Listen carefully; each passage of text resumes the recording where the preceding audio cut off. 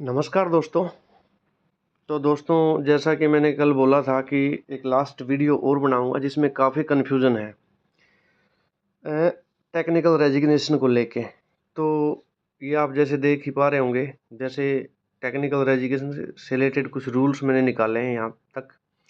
तो इनके बारे में आपको बताऊंगा और सारे कन्फ्यूज़न जो हैं दूर होंगे। तो पहले तो ये है कि टेक्निकल रेजिग्नेशन कौन कर सकता है। तो as per rules technical resignation के लिए ज़रूरी है कि यदि आप जॉब पर हैं तो जहां आप जो भी आप एप्लीकेशन करते हो, जिस भी पोस्ट के लिए आप अप्लाई करते हो, उसकी इन्फॉर्मेशन आपके ऑफिस को होनी ज़रूरी है। फिर उसके बाद वो फर्दर प्रोसीड करेंगे, वो उनका काम है, लेकिन आपका काम है उनको इन्फॉर्म करना प्रॉपर चैनल से। ये नहीं कि आप ऐसे ही मतलब किसी को बोल देते हो कि मैंने फार्म भर दिया, वो नहीं, प्रॉपर चैनल से बाकायदा आप डायरी डिस्पैच कराओगे, लेटर को अच्छी तरह से डायरी नंबर लोगे और पूरी इन्फॉर्मेशन दोगे आप उनको, जिसमें कि आपका एप्लीकेशन का जो प्रिंट आउट होता है वो भी आपको लिखना होता है, लेटर भी लिखना होता है कि मैंने यहाँ अप्लाई कर रहा हूँ। ये बात है जब आप सर्विस पे हैं और तब अप्लाई करते हैं। तो ज़रूरी है, टेक्निकल रेजिग्नेशन के लिए ज़रूरी है कि आपने जब अप्लाई किया था उस टाइम पे आपने इन्फॉर्म प्रॉपर तरीके से इन्फॉर्म किया था। ये पहली रिक्वायरमेंट है, ठीक है। और इसी को मान रहे हैं, ऑलमोस्ट इसी को मान रहे हैं। और जो कई कैंडिडेट इस टाइप के होते हैं ना कि जो एक साथ दो में कर देते हैं अप्लाई, दो पोस्ट के लिए अप्लाई करते हैं, एक में उनका वो सिलेक्ट हो जाते हैं और उससे अपर पोस्ट या लोअर पोस्ट कुछ भी मान लो, लेकिन उससे दूसरी पोस्ट पे सिलेक्शन उनका बाद में होता है, लेकिन वो उसके लिए अप्लाई पहले ही कर चुके होते हैं। यानी कि पहली जॉब पे आने से पहले ही उन्होंने अप्लाई कर रखा था। तो इस कंडीशन में देखिए, मैं रूल लेके आया हूँ और ये कोई ऐसे वैसे रूल नहीं है, HCS रूल हैं बिल्कुल, जिसको सब मानते हैं। कहीं इनके प्रति कोई किंतु परंतु कोई शंका नहीं है, कहीं भी नहीं है। सिर्फ रूल दिखाइए, सामने वाला हर हाल में मानेगा, 100% मानेगा। अगर रूल दिखाने से नहीं मानता तो अब लेटर के साथ लगाइए इसको, फिर उसको जो है रिजेक्ट नहीं कर सकता, कोई रिजेक्ट नहीं कर सकता इसको। आप इस तरीके से आप टेक्निकल रेजिग्नेशन अपना ले सकते हैं। जैसे इसको हम पढ़ें तो स्पष्ट लिखा है, पढ़ लेना, स्क्रीनशॉट ले लो इसका। और रूल्स हैं ये HCS पे रूल 2016, आप डाउनलोड भी कर सकते हो गूगल करके। और उसमें ये 71 नंबर रूल है, rule number 71 as per HCS पे रूल है ये। तो यहाँ पे आप इसका स्क्रीनशॉट ले सकते हो पढ़ने के लिए। बाकी अगर आपको कहीं जैसे इसको ऑफिशियली लगाना है तो आपको पूरी PDF डाउनलोड करके पेज नंबर 63 पे इसका जिक्र है। ये पेज नंबर 63 है HCS पे रूल का, 63 नंबर पेज की आप प्रिंट आउट निकालिए और उसको अपने लेटर के साथ लगाइए। कोई मना नहीं कर सकता इसको, और मना करेगा फंसेगा। क्योंकि अगर आपने प्रॉपर तरीके से काम किया है तो सामने वाला भी प्रॉपर तरीके से ही करेगा। और प्रॉपर तरीके से रिजेक्शन कोई बंदा ऐसे नहीं कर सकता। वो पूरे रूल को पढ़ेगा, अच्छे से देखेगा, समझ में नहीं आएगा पूछेगा, अपने सीनियर से पूछेगा, यानी कि रिजेक्ट नहीं कर सकता, ये गारंटी की बात है। तो ये बात, पहली बात तो ये थी कि टेक्निकल रेजिग्नेशन जो है उनके लिए भी एप्लीकेबल है, 100% है, जो कि इस टाइम सर्विस में है। लेकिन उन्होंने जो जो है अप्लाई किया था वो इस जॉब पे आने से पहले ही कर दिया था, वो टेक्निकल रेजिग्नेशन कर सकते हैं बिना इन्फॉर्म किए भी। पहली बात ये क्लियर होगी। अब दूसरी बात, उसमें कन्फ्यूज़न है, अब तक कन्फ्यूज़न है। और भाई सच बताऊं तो मैं भी कन्फ्यूज़ हूँ, क्योंकि कहीं पे कुछ लिखा हुआ नहीं है स्पष्ट रूप से। वो है सैलरी डिपोजिशन के बारे में, वो बोलते हैं ना कि सैलरी डिपॉजिट करना, उसके बारे में सभी कन्फ्यूज़्ड हैं। मेरे हिसाब से सभी कन्फ्यूज़्ड हैं। सैलरी ले तो रहे हैं, 1 महीने की सैलरी आपके डिपॉजिट तो करा रहे हैं, लेकिन उनको भी नहीं पता, वो भी एक भेड़ चाल बन गई है कि जो ले रहे हैं तो ले ही रहे हैं, बस सभी ले रहे हैं। और दूसरी बात ये है भाई कि सैलरी 1 महीने की कैंडिडेट दे भी रहे हैं, और वो देना उनकी मजबूरी भी है, क्योंकि उनको NOC चाहिए, रेजिग्नेशन को एक्सेप्ट करवाना है उन्होंने, और उनको NOC चाहिए ऑफिस से। तो वो बोल देते हैं स्पष्ट रूप से, ये तभी मिलेगी जब आप सैलरी जमा करेंगे। तो वो सैलरी भाई जमा उनको करनी पड़ती है, मजबूरी में करवानी पड़ती है। और बाद में तो फिर बाद में ही होता है, बाद में कोई ध्यान नहीं देता उस पर, हालांकि बाद में प्रोसेस है, आप उस सैलरी को वापस पा सकते हैं, बिल्कुल पा सकते हैं, लेकिन उसके लिए थोड़ी सी एफर्ट तो करने पड़ते हैं भाई। एफर्ट करोगे तो ही होगा, सारे काम प्रॉपर तरीके से करोगे तो ही होगा। अगर आप प्रॉपर तरीके से किसी चीज़ का जवाब मांगेंगे तो आपको जवाब 100% मिलेगा, लेकिन उसकी शर्त ये है कि पहली बात तो आपका काम प्रॉपर होना चाहिए, आपके काम में कहीं कोई कमी नहीं होनी चाहिए, आपका पूछने का तरीका बिल्कुल ऑफिशियल होना चाहिए और प्रॉपर चैनल से होना चाहिए, ये शर्त है। आपको बिल्कुल जवाब मिलेगा, 100% मिलेगा। लेट हो सकता है लेकिन मिलेगा ज़रूर। दूसरी बात भाई, इसमें ये जो मैं समझ पाया हूँ वो मैं आपको बता दूँ। मैं इसकी गारंटी तो लेता नहीं हूँ, लेकिन मैं आपको रूल दिखा रहा हूँ, रूल के हिसाब से है भाई, क्योंकि देखो मुझे भी नॉलेज आपको भी उतनी है, मेरे को भी उतनी है, सबको उतनी है। बस इतना डिफरेंस आप मान सकते हो कि भाई मैं इन चीज़ों का अध्ययन कर रहा हूँ, इन चीज़ों की स्टडी कर रहा हूँ, और ये मेरी स्टडी का पार्ट है, इसलिए मैं कर भी रहा हूँ, आपके लिए भी कर रहा हूँ, अपने लिए भी कर रहा हूँ, और सबका फ़ायदा हो जाए, ऐसी तो कोई बात ही नहीं। तो यहाँ पे भाई मैं, ये आपको समझ में आ गया होगा, ये टेक्निकल रेजिग्नेशन के रिगार्डिंग है। कुछ एक रूल्स मैंने आपको बताए, दो ही रूल है मेन तो, कि या तो आप अगर पहले से लगे हुए हो और बाद में आप अप्लाई करते हो तो इसकी उसकी इन्फॉर्मेशन देना जरूरी है, नहीं तो आपको टेक्निकल रेजिग्नेशन नहीं मिलेगा। दूसरी बात, अगर आप पहले से नहीं लगे थे, आपने अप्लाई पहले किया और सर्विस में बाद में आए, और उसके बाद आप उस सर्विस को रिजाइन करना चाहते हो किसी और सर्विस के लिए, तो आप टेक्निकल रीजन अपना दे सकते हो, एक्सेप्ट होगा, 100% होगा, रूल नंबर 71 के अकॉर्डिंग होगा, आप दिखा सकते हो किसी को भी, कोई इसको रिजेक्ट नहीं कर सकता किसी भी कीमत पे, ये गारंटी लेता हूँ मैं, रिजेक्ट नहीं कर सकता किसी भी कीमत पे। तो ये कंडीशन आपको समझ में आ गई होगी। अब बात करते हैं भाई सैलरी की। तो सैलरी के से रिगार्डिंग भाई मैं आपको बताऊं, शायद आप चौंक जाएं जो मैं बताने वाला हूं, लेकिन रूल में यही लिखा हुआ है, उसी के अकॉर्डिंग मैं आपको बता रहा हूं। यहाँ पे देखिए, यहाँ पे ये है आपका ग्रुप डी एक्ट, 2018 में आया था। अभी मैं मार्क तो इसको, वैसे मार्क हो तो जाएगा लेकिन ज़रूरत है नहीं मेरे हिसाब से मार्क करने की। तो यहाँ पे आप इसका भी स्क्रीनशॉट ले सकते हैं, इसको, इसकी पीडीएफ को भी डाउनलोड कर सकते हैं, मिल जाएगा आपको गूगल पे। ये आपको भरना पड़ेगा, group D act, Haryana group D act 2018, PDF सबसे पहले यही आएगी। तो यहाँ पे देखिए आप 18 नंबर पे देखिए, ये आपको दिखाई दे रहा होगा 18 नंबर पे, इसको थोड़ा सा, हाँ ये जूम कर दिया। 18 नंबर पे देखिए, इसमें लिखा है ए मेंबर ऑफ सर्विस। ये टेक्निकल लैंग्वेज होती है, टेक्निकल वर्ड्स होते हैं। मेंबर ऑफ सर्विस क्या है? मेंबर ऑफ सर्विस वो है जिसने अपना प्रोबेशन पूरा कर लिया है, प्रोबेशन पीरियड जिसका पूरा हो चुका है। ए member of service shell, if he resigns from his appointment, forfeit the service rendered by him on the particular post held by him at the time of resignation and also all his previous service under the government।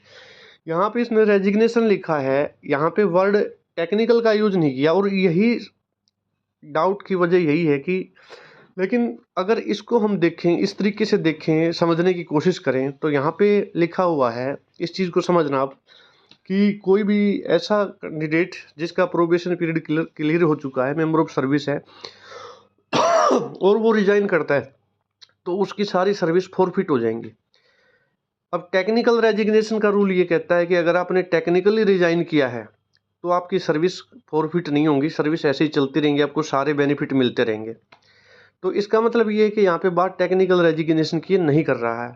तो यानी कि technical, जहाँ पे technical resignation की actually इसने बात की ही नहीं, इसने सिर्फ टेक्निकल वर्ड का यूज किया इस तरह की चीज़ों में, तो वहाँ पे पता नहीं चल पाता।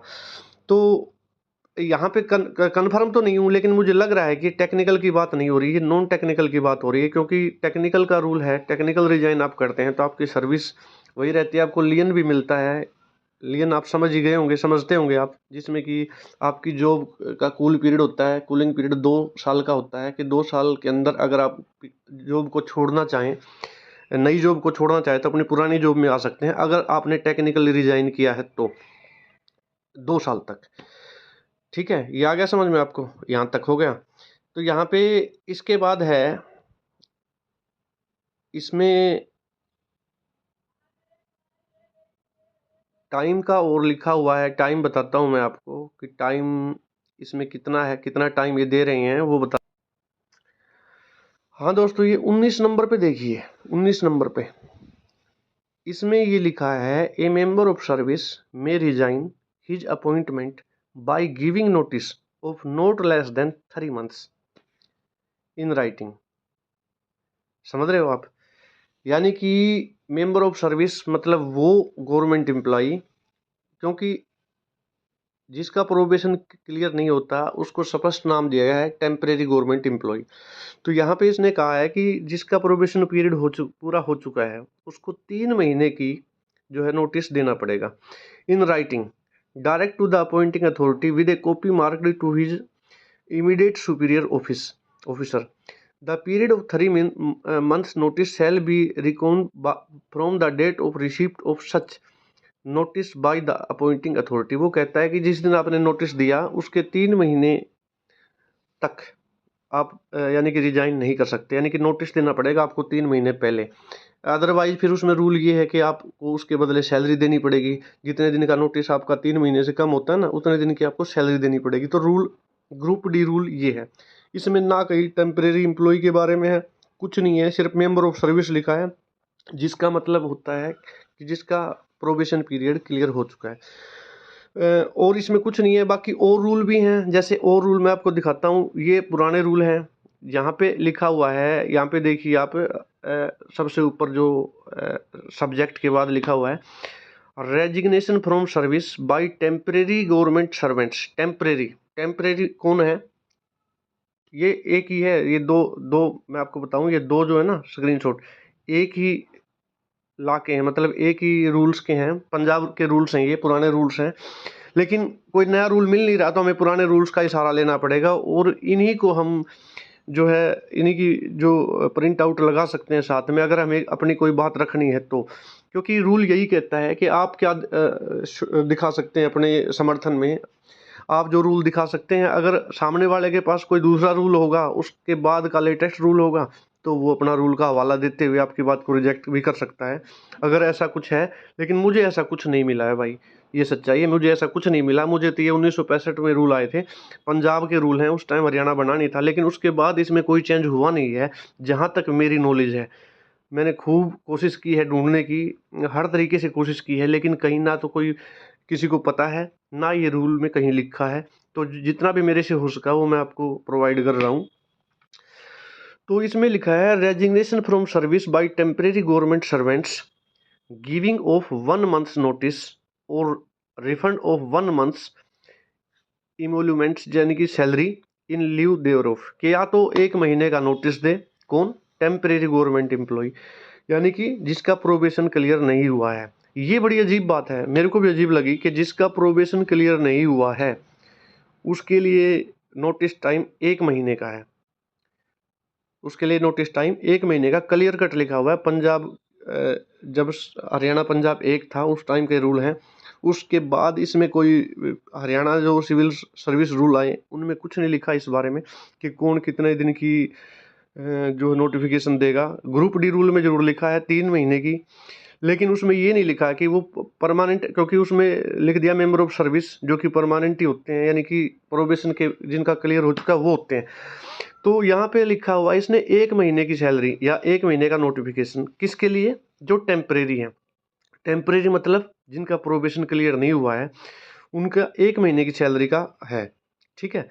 और फिर इसके बाद यहाँ पे देखिए, यहाँ पे मैं आपको बताऊं, लिखा है इसमें, ये ऊपरी देखिए सब्जेक्ट के बाद, resignation by permanent government servants period of notice, यानी कि ये परमानेंट रूल वही है जो पंजाब के रूल हैं, वही रूल हैं, ये भी पुराने रूल हैं। लेकिन नया नया कुछ हमें मिला नहीं, तो हमें पुराने का इशारा लेना पड़ेगा। जब तक वो रूल चेंज ना हो जाए लिखित में, तब तक तो पुराने रूल ही चलेंगे।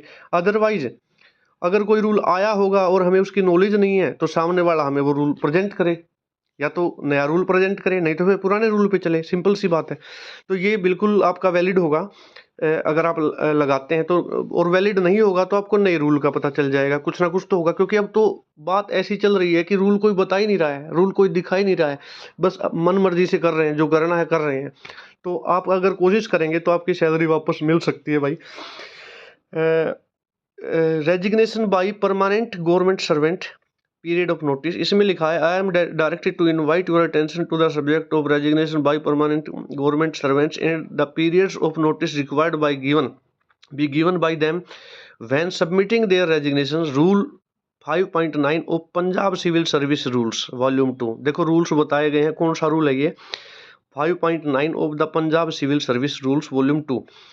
While laying down that a notice of 3 months। देखो यही बात मुझे बतानी थी कि जो परमानेंट गवर्नमेंट एम्प्लॉयज हैं, पंजाब रूल ये कहते हैं, जब हरियाणा पंजाब एक था उस टाइम पे रूल यही थे कि, और अब भी रूल वही है, ये सच्चाई है, रूल अब भी वही है कि अगर कोई प्रोबेशन पीरियड को क्लियर कर चुका है तो उसे 3 महीने का नोटिस देना पड़ेगा। क्योंकि इसमें एक चीज़ हो सकती है कि भाई वो पुराना कर्मचारी है हमारा और काफ़ी समय से हमारे ऑफिस में काम कर रहा है और ऑफिस की ज़रूरत बन चुका है, वो ऑफिस की ज़रूरत बन चुका है क्योंकि उसने प्रोबेशन भी क्लियर किया है, सारे काम उसके ठीक हैं, पुराना कर्मचारी भी हो चुका है। तो पूरी संभावना इस बात की है कि ऑफिस की उसको ज़रूरत है, यानी कि ऑफिस को उसकी ज़रूरत है, ऑफिस की ज़रूरत बन चुका है वो, और अगर वो एकदम से जाएगा तो ऑफिस को नुकसान होगा। इसलिए यहाँ पे टाइम 3 महीने का है, जबकि प्रोबेशन जिसका क्लियर नहीं हुआ है यहाँ पे देखिए उनके लिए 1 महीने का टाइम है। ये सर्विस रूल्स में स्पष्ट लिखा है।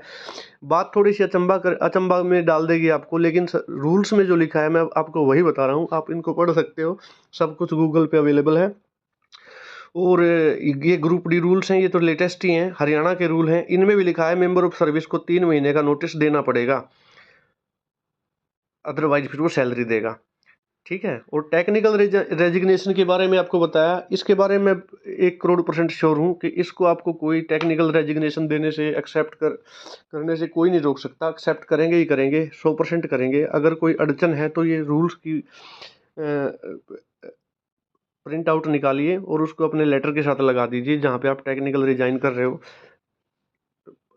एक्सेप्ट ही हो जाएगा, कोई दिक्कत ही नहीं आएगी, आपको एक्सेप्ट ही करेंगे। वो रूल को देख के तो हर कोई सिर झुकाता है भाई, रूल सब कुछ है, और रूल में अगर लिखा है और स्पष्ट रूप से लिखा है, देखिए स्पष्ट लिखा है कि the resignation shall also be treated technical formality for the purpose of fixation of pay if the government employ was not in service at the time when the application for subsequent appointment was directly submitted by him.